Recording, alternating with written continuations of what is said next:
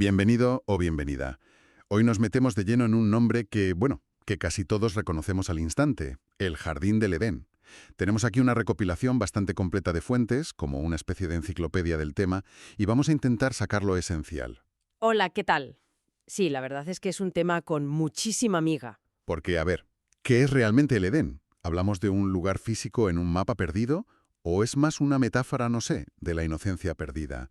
¿Un arquetipo universal? Claro, esa es la gran pregunta. Nuestra idea hoy es navegar un poco por esas historias de la Biblia, las originales, seguir la pista de los que lo buscaron, literalmente, en el mundo real, y desentrañar un poco todos esos significados que ha tenido, ¿no? En la teología, en la cultura, Exacto.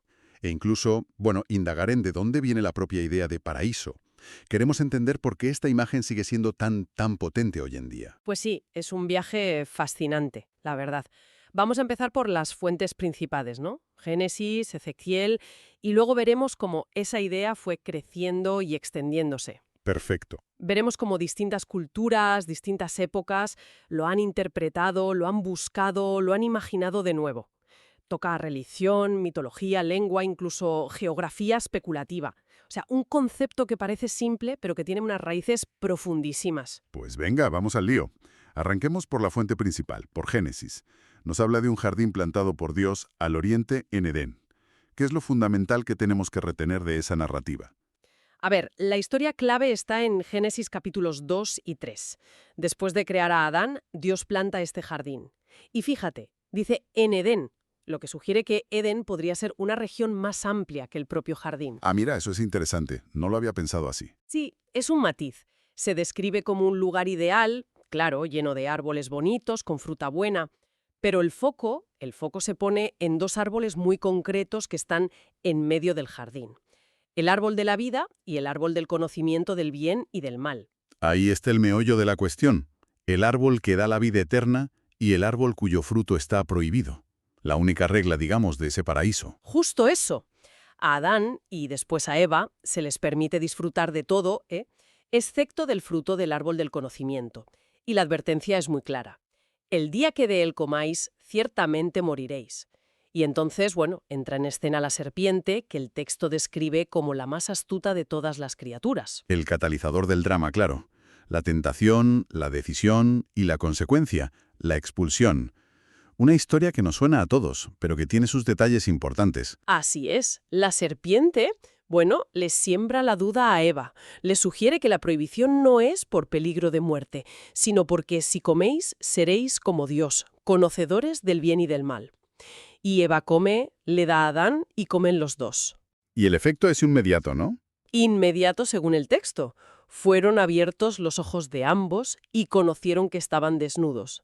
Ahí surge la vergüenza, intentan taparse, se esconden de Dios. La pérdida de la inocencia original. Y la consecuencia directa es el destierro de ese estado y de ese lugar ideal. Correcto. Después de la confrontación vienen las consecuencias.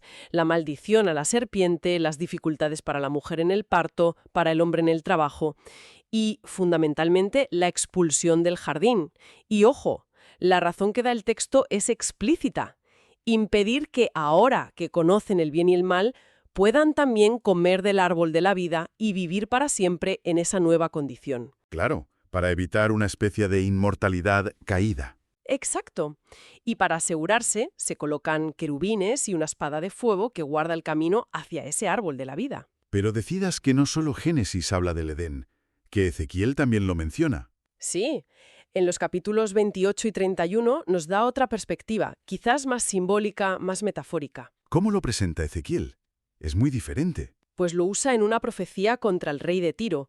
Lo describe, metafóricamente claro, como un ser casi perfecto, un querubín protector, que vivía en Edén, el huerto de Dios, adornado con piedras preciosas, en el santo monte de Dios.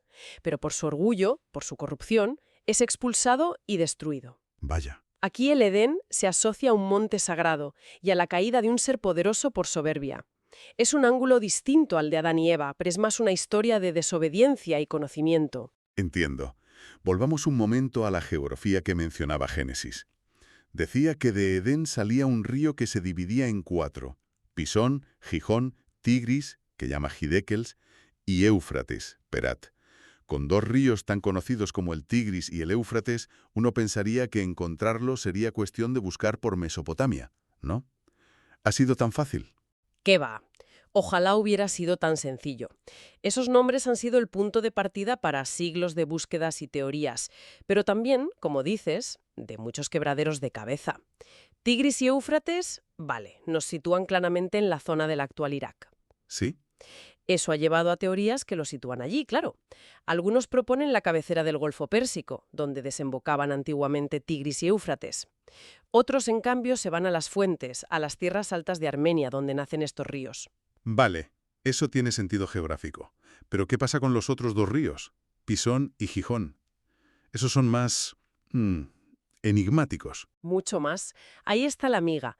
El texto los asocia con tierras llamadas Javilá, que dice que era rica en oro, bedelio, iónice y Kus. Identificar estos lugares ha sido el gran reto durante siglos. Claro. Kus, por ejemplo, tradicionalmente se ha asociado con Etiopía. Si aceptas eso, entonces el Gijón podría ser el Nilo. De hecho, eso ya lo propuso Flavio Josefo, el historiador judío del siglo I. Y Josefo fue más allá. Propuso que el Pisón era el Ganges en la India. El Ganges. O sea que, según Josefo, tendríamos un Edén que abarca desde Mesopotamia hasta África y la India. Eso, vamos, diluye bastante la idea de un lugar concreto y localizado. Totalmente. Es una escala casi mundial. Otros intentos, claro, han tratado de mantenerlo todo más cerca de Mesopotamia. Han sugerido que Kus podría referirse no a Etiopía, sino a las Casitas, un pueblo que vivía al este de Babilonia. O han intentado ubicar Javilá en la península arábiga. Entiendo. También se ha propuesto que Edén no fuera un punto exacto, sino una región más amplia. Quizás todo el creciente fértil, esa zona que va desde Mesopotamia hasta Egipto. Pero la búsqueda no se quedó solo en interpretaciones de textos antiguos por eruditos, ¿verdad? La idea de encontrar un paraíso terrenal perdido caló hondo en la imaginación popular y religiosa, de formas muy variadas. Desde luego, la fascinación ha sido global y muy persistente.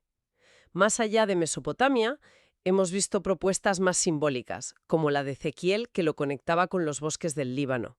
Y luego, bueno, saltos geográficos que son asombrosos. Por ejemplo, Pues mira, líderes mormones en el siglo XIX que los situaron en Missouri, en Estados Unidos. Una comunidad religiosa británica, la Panacea Society, que creía que estaba en Bedford, Inglaterra. Otros lo buscaron en Florida o en Jerusalén. es increíble la variedad, si hasta Colón pensó haberlo encontrado. Sí, sí. En 1498, cuando llegó a la desembocadura del río Orinoco, en Sudamérica, vio esa vegetación tan exuberante, esa agua dulce que entraba tanto en el mar, y pensó que tenía que estar cerca del paraíso terrenal. Qué curioso. Y no solo eso, líderes del reino del Congo, ya cristianizado, pensaron que podía estar en África Central. Incluso ha habido propuestas modernas que lo sitúan en Xinjiang, en China. Madre mía. Más que la precisión geográfica, lo que todo esto demuestra es la potencia del mito, ¿no? Esa necesidad humana casi universal de buscar o imaginar un origen perfecto, un lugar ideal perdido que de alguna forma anhelamos recuperar. Exactamente. La lista de lugares propuestos es casi menos importante que el fenómeno en sí mismo.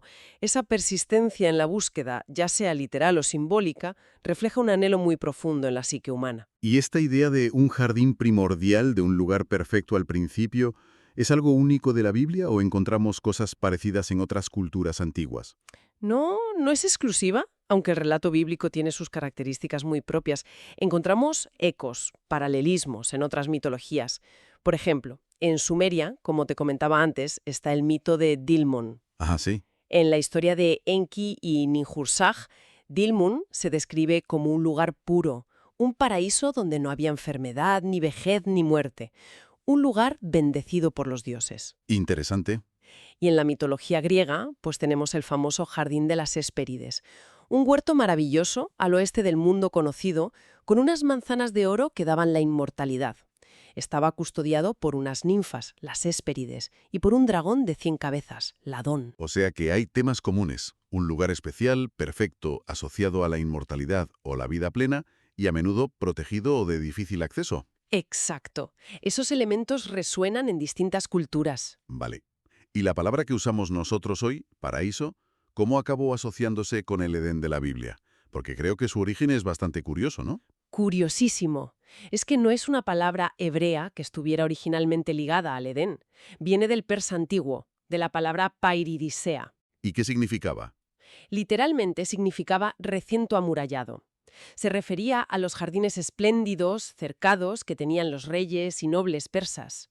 Eran parques de caza, vergeles, un término de arquitectura paisajística, podríamos decir. O sea, de un jardín real persa amurallado a sinónimo del jardín del Edén. ¿Cómo se dio ese salto? ¿Cuál fue el puente? Pues la palabra viajó, como muchas palabras. Del persa pasó al acadio, como pardesú, al arameo, como pardaisa, y, lo que es clave para nosotros, pasó al griego como paradeisos. El historiador Jenofonte, por ejemplo, usó esta palabra griega para describir esos parques persas que tanto le impresionaron. Vale. La palabra también entró en el hebreo como pardés. Pero ojo, en la Biblia hebrea aparece solo 3 veces, en el Cantar de los Cantares, en Eclesiastés y en Nehemías, y significa simplemente huerto o parque. No tiene una conexión directa con el Gan Eden, con el jardín de Edén de Génesis. Entiendo. Entonces, ¿cuándo se produjo la conexión definitiva? ¿Cuándo paraíso empezó a significar Edén? El momento crucial, el punto de inflexión, es la traducción de la Biblia hebrea al griego, la famosa Septuaginta que se hizo entre los siglos 3 y 1 a.C. Ajá. Los traductores judíos que hicieron esa versión griega, cuando se encontraron con la palabra hebrea gan, que significa jardín, a veces la tradujeron por kepos, huerto en griego, pero otras veces usaron la palabra paradeisos. Y lo más importante, usaron paradeisos para traducir la expresión Gan Eden, el jardín de Edén, en el libro del Génesis. Ahí está. Ahí está. A partir de ese momento, paradeisos, en griego, que luego pasó al latín como paradisus, y de ahí a nuestro paraíso, quedó indisolublemente ligado al relato del Edén. Por eso, hoy usamos esa palabra de origen persa para referirnos al jardín bíblico. Incluso el Corán usa un término derivado del mismo origen, Firdaus, para referirse al paraíso más elevado. Qué historia tan curiosa la de la palabra.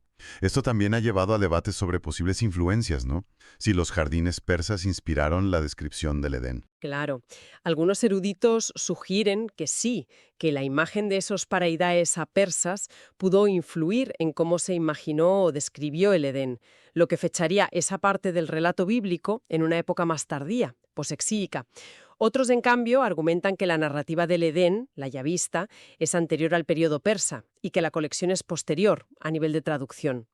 Y ya hay otras posibles influencias. Se ha sugerido también que el complejo del Templo de Salomón en Jerusalén, con sus patios y jardines, pudo servir de modelo terrenal para imaginar un espacio sagrado ideal, e incluso hay teorías más especulativas y bastante debatidas que buscan un origen en mitos cananeos, reconstruidos a partir de textos encontrados en Ugarit.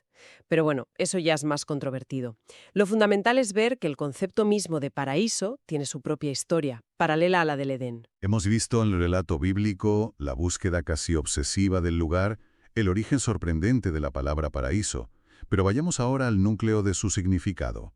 Más allá de la literalidad, ¿cómo interpretan el Edén las distintas tradiciones abrahámicas y otras corrientes? ¿Siempre se entiende como un lugar físico perdido? Aquí es donde la cosa se pone realmente interesante y compleja. La riqueza del concepto se despliega totalmente en las interpretaciones. Varían enormemente y muestran una reflexión teológica muy profunda a lo largo de los siglos. Empecemos por el judaísmo, por ejemplo. ¿Cómo lo ven? Bueno, el judaísmo rabínico y la cábala desarrollaron una idea muy interesante. Distinguen entre dos Gan Edén, dos jardines del Edén. Dos. Sí. Uno inferior, que sería el terrenal, el de Génesis, un lugar de fertilidad ideal, quizás aún existente pero oculto. Y luego un Gan Eden superior, que es celestial. Este es la morada de las almas de los justos después de la muerte, antes de la resurrección final. O sea, un paraíso celestial. Exacto. Este Gan Eden celestial es el destino final en la escatología judía, un lugar de estudio de la Torá, de cercanía a la presencia divina, de gozo espiritual. Las leyendas de los judíos, una compilación de Midrashim, añaden detalles muy vívidos. Árboles de tamaño descomunal, ángeles sirviendo manjares, e incluso describen el camino que las almas recorrerían desde la tumba a través de la cueva de Macpelá para llegar allí. Fascinante. ¿Y el cristianismo? ¿Se limita a la lectura histórica de la caída como un evento que ocurrió en el pasado? Pues además de esa lectura histórica, que por supuesto existe, hay una corriente de interpretación muy importante, sobre todo en la tradición ortodoxa oriental, pero no solo, que habla de una caída atemporal. ¿Caída atemporal? ¿Qué significa eso exactamente? Bueno, basándose en padres de la Iglesia como Orígenes, Gregorio de Nisa, Máximo el Confesor y también en teólogos modernos, proponen que el Edén no fue tanto un lugar concreto en nuestro pasado histórico lineal. Entonces, Lo ven más como el estado original de la humanidad en perfecta comunión con Dios.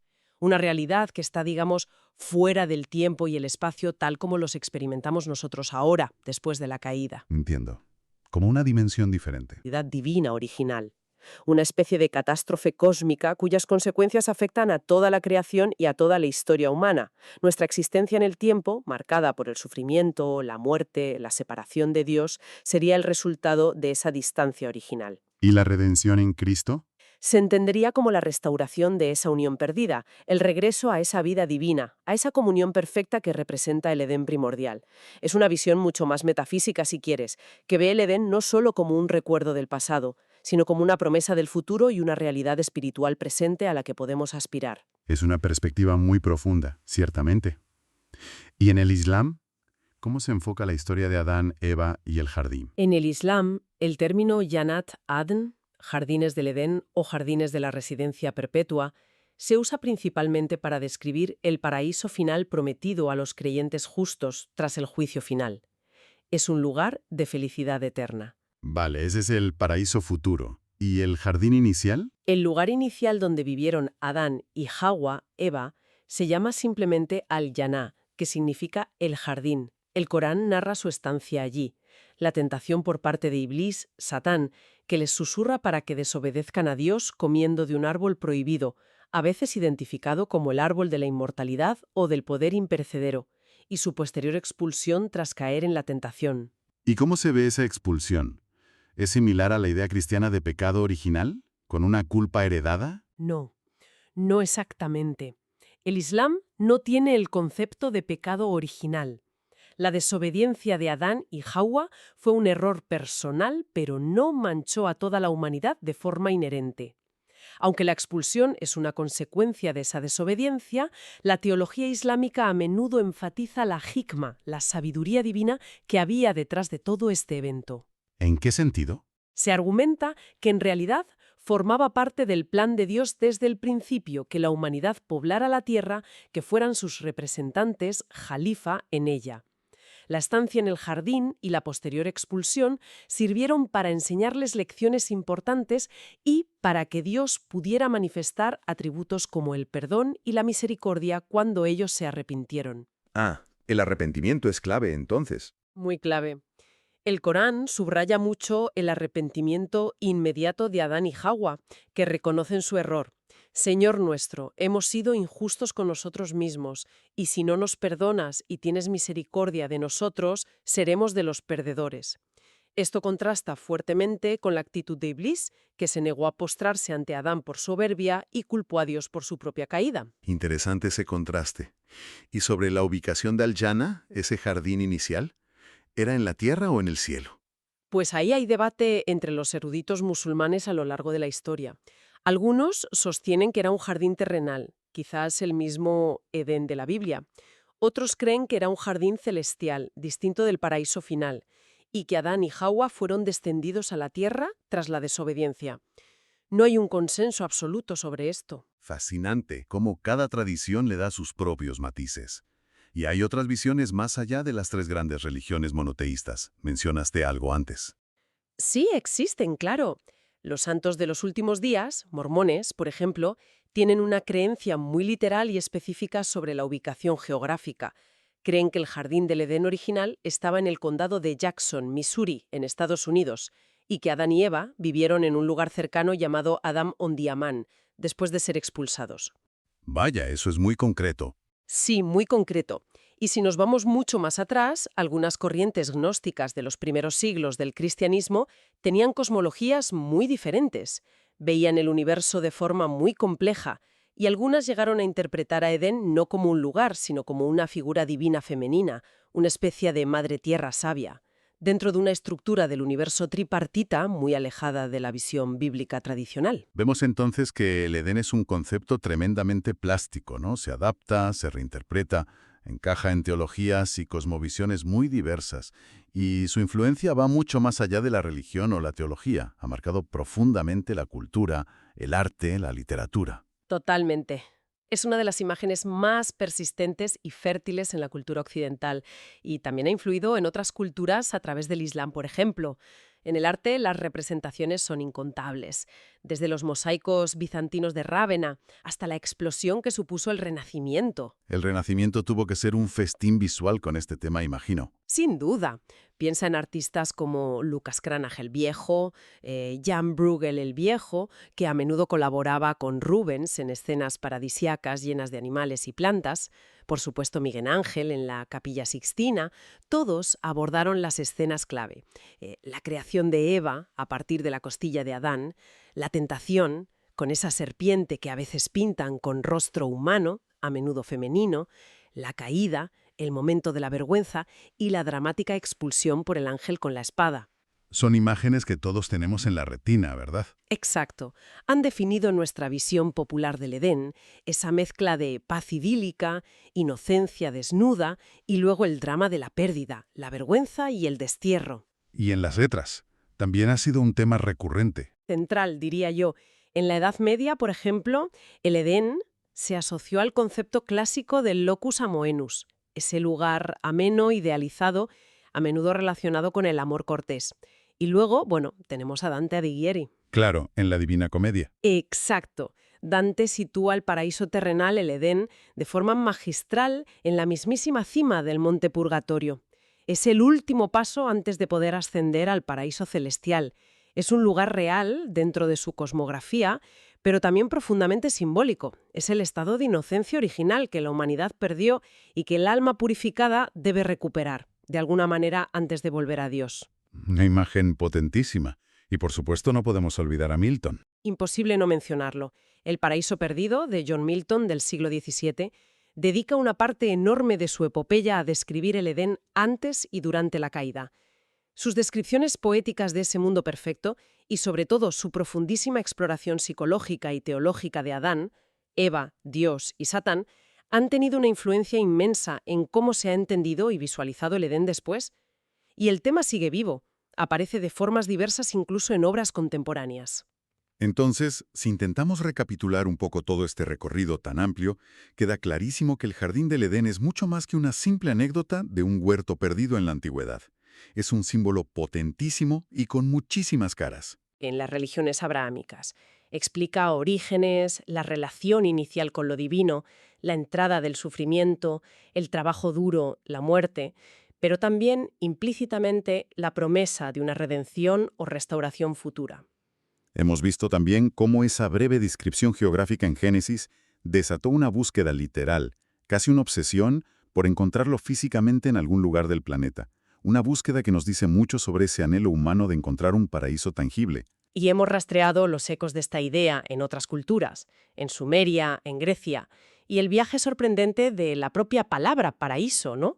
Desde ser un término para un jardín amurallado persa hasta convertirse en sinónimo del Edén bíblico gracias a una traducción. Eso es. Y sobre todo, creo, hemos explorado la enorme profundidad y diversidad de sus interpretaciones a lo largo del tiempo y en distintas tradiciones. No es solo un lugar físico, es también un estado celestial para las almas, una realidad espiritual fuera del tiempo, parte de un plan divino complejo, un símbolo de principios cósmicos, una metáfora de la inocencia perdida. Cada tradición, cada época, lo ha hecho suyo y lo ha repensado. Desde aquel Pairidaefsa persa, pasando por la cima del purgatorio de Dante, hasta esa visión atemporal de algunos teólogos. El Edén parece condensar ideas que son universales, ¿no? La perfección, la inocencia, el conocimiento y el precio que a veces tiene, la pérdida, la separación, el trabajo, la mortalidad. Pero también, y quizás esto es lo más importante, y por eso sigue resonando, la esperanza. La esperanza persistente de una restauración, de un regreso a un estado ideal, ya sea en esta vida, después de la muerte o al final de los tiempos. Quizás entonces la reflexión final que nos deja todo este análisis no es tanto intentar clavar en un mapa dónde estuvo el Edén o si existió exactamente tal cual lo describen los textos. La pregunta más potente a lo mejor es, ¿qué nos dice sobre nosotros mismos, sobre la condición humana, esa búsqueda constante ya sea literal o metafórica de un paraíso perdido o de una utopía futura? Exacto. Cómo esa idea de un origen perfecto o un destino ideal sigue influyendo hoy en nuestra cultura, en nuestras esperanzas individuales y colectivas, en nuestros miedos, en nuestra relación con el mundo natural, con la tecnología, con lo trascendente. Es una pregunta que creo sigue abierta y resonando a través de los siglos.